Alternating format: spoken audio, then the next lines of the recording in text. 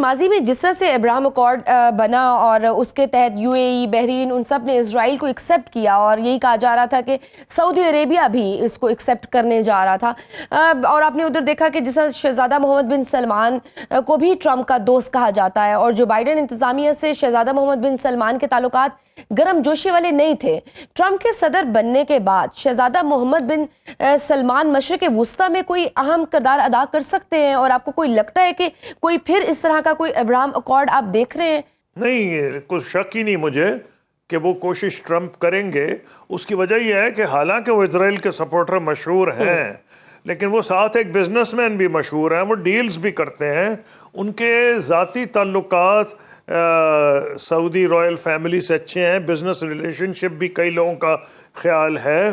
وہی چاہیں گے میرے خیال میں کہ سعودی عرب اور یو اے ای اور قطر، یہ جو آئل رچ کنٹریز ہیں، ان سے امریکہ کے تعلقات بہتر ہوں، اور یہ بالکل کلیئر ہو گیا ہے۔ سعودی عربیہ نے کہہ بھی دیا ہے، بادشاہ نے بھی کہا ہے، کراؤن پرنس نے بھی کہا ہے۔ اس سے یہ نظر آتا ہے کہ پالیسی بڑی انہوں نے سوچ سمجھ کے اعلان کیا ہے کہ اسرائیل سے نہیں ریکگنیشن ہوگی جب تک 2 اسٹیٹ سلوشن کے معاملہ نہ آ جائے۔ اس کا مطلب یہ ہے کہ ایسا ارینجمنٹ نہیں ہوگا کہ جی بغیر کچھ کیے اسرائیل کو سعودی عرب ریکگنائز کر لے، کیونکہ سعودی عرب کی ایک اور کیپیسٹی بھی ہے، مکہ مدینہ وہاں ہیں، جو 2 مقدس مقامات سب سے زیادہ مسلمانوں کے لیے ہیں، اور سعودیوں کے لیے یہ اہمیت کا باعث ہے کہ جی وہاں وہ بہت اس میں فخر محسوس کرتے ہیں، خادم الحرمین شریفین، تو ساری اسلامی دنیا کی وہ نظریں ہوتی ہیں۔ تو میں یہ سمجھتا ہوں کہ پریزیڈنٹ ٹرمپ کو یہ اندازہ ہو جائے گا کہ اگر انہوں نے وہ کوشش کرنی ہے دوبارہ جو ان کی تھی کہ اسرائیل اور سعودی عربیہ کے تعلقات کو وہ نارملائز کریں، تو پھر 2 اسٹیٹ سلوشن کی طرف جانا پڑے گا، جس کا مطلب ہے کہ کچھ نہ کچھ سیٹلمنٹ ہوگی، سیز فائر ہوگی، اور 100% نیتن یاہو کی ٹرمز پہ نئی سیٹلمنٹ ہوگی۔ ناظرین، وقت ہے چھوٹی سی بریک کا، دیکھتے رہیے سنو راؤنڈ۔ سنو راؤنڈ اپ پہ ایک بار پھر خوش آمدید۔ سر، پاکستان کے حوالے سے بھی کہا جا رہا ہے کہ ٹرمپ انتظامیہ کا رویہ جو بائیڈن کی نسبت تبدیل ہوگا۔ کچھ حلقے تو کہہ رہے ہیں کہ ان کے صدر کا حلف اٹھانے کے بعد پاکستان میں بھی کچھ تبدیلیاں رونما ہو سکتی ہیں۔ انفیکٹ بانی پی ٹی آئی تو کہتے ہیں کہ یہ ایک خوشائند بات ہے اور ان کی انتظامیہ نیوٹرل ہو جائے گی۔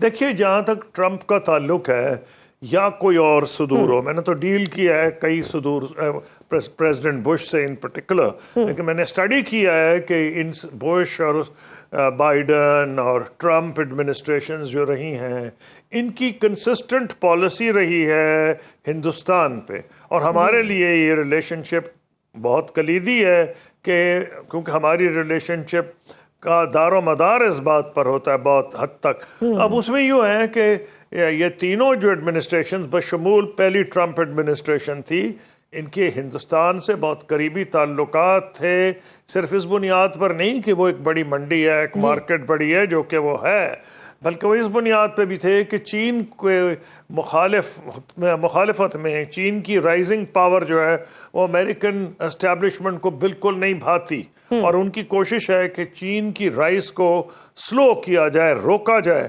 اس میں پاکستان تو ان کا حلیف بن ہی نہیں سکتا، اس لیے ان کا اسٹریٹجک الائنس نیچرلی ہندوستان سے ہی بن سکتا ہے، اور وہ بن چکا ہے، اور اس لیے ان کی فرسٹ پرائیورٹی انڈیا ہوگی۔ ہمیں اس غلط فہمی میں نہیں رہنا چاہیے، اور ہمیں فرینکلی کوئی پاکستانی یہ چاہے گا بھی نہیں کہ یہ قیمت ادا کریں کہ ہم چائنا سے ریلیشن شپ اپنی کم کر دیں ٹرمپ ایڈمنسٹریشن سے تعلقات کو بہتر کرنے کی۔ یہ پاکستانی قوم کی سپورٹ ہی نہیں حاصل ہوگی ایسی فارن پالیسی کو۔ اس لیے یہی سمجھنا چاہیے کہ اس خطے میں امریکن جو ہیں وہ رلائے کریں گے ہندوستان پہ، چائنا کو کی رائز کو روکنے کے لیے، چائنا کو کنٹین کرنے کے لیے، جس کا مطلب یہ ہوگا کہ پاکستان سے ریلیشن شپ کی نوعیت بدل گئی۔ پاکستان کی وہ ریلیشن شپ نہیں ہوگی جو کولڈ وار میں تھی۔ کولڈ وار سے جو اس کے بعد پھر جو سوویت یونین کا جب ختم ہو گیا، اس کے بعد پہلے تو یہ تھا کہ ہم جو کولڈ وار تھی پاکستان بننے کے بعد ہی ہم ان کے حلیف بن گئے تھے امریکہ کے، اور پھر اس کے بعد افغانستان کی وجہ سے ہم حلیف بنے رہے، تو نتیجہ یہ ہوا کہ زیادہ تر پاکستان جو ہے ان کا ملٹری ایلائی رہا ہے، لیکن اس کی وجہ تھی اب جب سے افغانستان سے فوجیں نکلی ہیں اب وہ اس قسم کی کنسیڈریشنز چینج ہو گئی ہیں. اب کنسیڈریشن چائنا ہے، اب افغانستان نہیں ہے. افغانستان کے نکل جانے کے بعد پاکستان کی گورنمنٹ کے ساتھ ان کے انٹرسٹ مناسب قسم کے تو ہوں گے. یہ بھی ہو سکتا ہے کہ جو ہم ریٹرک کہہ رہے ہیں کچھ بدلے، ٹرمپ کی طرف سے شاید کچھ گرم جوشی بھی دکھائی جائے. سر آپ کو لگتا ہے کہ کتنی ہوگی، لیکن سر آپ کو لگتا ہے کوئی فون کال بھی آئے گی؟ کوئی کہہ رہا ہے کہ شاید کوئی فون کال آ جائے اور عمران خان صاحب کے لیے آسانی پیدا ہو جائے. کچھ ایسا پاسبل ہو سکتا ہے کہ امریکہ براہ راست عمران خان کی رہائی کے لیے پاکستان کو احکامات جاری کرے یا ان کی رہائی کے متعلق بات کرے؟ نہیں، میں عموماً دیکھیں انٹرنل پالیسی پہ اس لیے نہیں بات کرتا کہ جو بات آپ کہیں اس کا کوئی مطلب نکالا جاتا ہے. جب وہ خود کہہ رہے ہیں، عمران خان کی بہنیں کہہ رہی ہیں، ان کی علیمہ خان نے کل کہا ہے، تو میں کس لیے کہہ دوں کہ جی وہ تو خود ڈسٹنس کر رہے ہیں ساری بات کو. تو اس لیے میں آپ کو یہ کہنا چاہ رہا ہوں کہ جو ممالک ہوتے ہیں نا وہ اپنے انٹرسٹ دیکھتے ہیں، قومی مفادات. اس وقت جو مفادات ہیں ان کے پاکستان سے لمیٹڈ ہے، افغانستان سے فوجیں نکلنے کے بعد، اور ہندوستان سے زیادہ ہیں. لیکن میں یہ ضرور سمجھتا ہوں کہ یہ ممکنات میں ہے کہ گرم جوشی ادھر تو بڑی بہت ہی ذرا بائیڈن انتظامیہ کی طرف سے تو ایک کہہ سکتے ہیں بالکل ہی نگلیکٹ کیا گیا تھا اور پاکستان سے ریلیشن شپ کو، اور شاید ان کو یہ بھی غصہ تھا کہ جس طرح فوجیں نکلی ہیں اس سے پاکستان سے کچھ ناراضگی بھی تھی بائیڈن ایڈمنسٹریشن کو.